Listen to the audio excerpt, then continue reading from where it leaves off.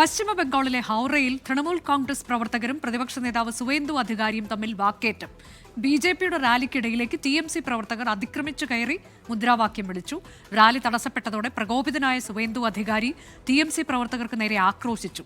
PR Aravind വിവരങ്ങളുമായി. അരവിന്ദ്, അവിടെ തെരഞ്ഞെടുപ്പ് പ്രചാരണ പ്രവർത്തനങ്ങൾ അതിന്റെ അവസാന ലാപ്പിലേക്കൊക്കെ കടക്കുകയാണ്. അതിനിടെയാണ് ഇപ്പോൾ ഈ ഒരു സംഭവം ഉണ്ടായിരിക്കുന്നത്. വിശദാംശങ്ങൾ.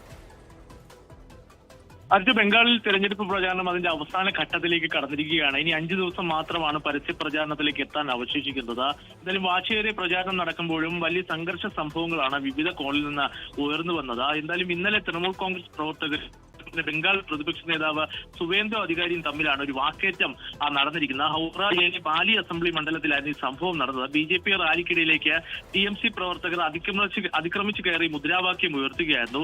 ജയ് ബംഗ്ല മുദ്രാവാക്യം വിളികളോടെയായിരുന്നു തൃണമൂൽ കോൺഗ്രസ് പ്രവർത്തകർ ഇത്തരത്തിൽ പ്രതിഷേധം സൃഷ്ടിച്ചത്. എന്തായാലും റാലി തടസ്സപ്പെടുത്തതോടെ പ്രകോപിതനായ സുവേന്ദു അധികാരി TMC പ്രവർത്തകർക്ക് നേരെ വലിയ രീതിയിലുള്ള വിമർശനങ്ങൾ ഉന്നയിക്കുകയായിരുന്നു. ഭവാനിപ്പൂരിലാണ് നമുക്ക് പ്രധാനപ്പെട്ട പോരാട്ടം നടക്കുന്നത്. അത് മമതാ ബാനർജിയും അതുപോലെ തന്നെ സുവേന്ദു അധികാരിയും തമ്മിൽ ശക്തമായ ഒരു പോരാട്ടം നടക്കുമെന്നാണ് വിലയിരുത്തലുള്ളത്.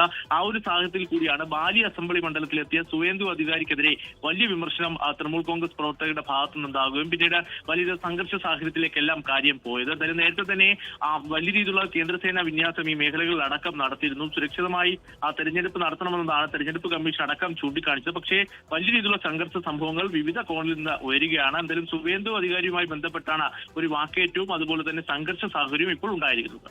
ഹൗറയിൽ നിന്നുള്ള വിവരങ്ങളാണ് PR അരവിന്ദ് നൽകിയത്.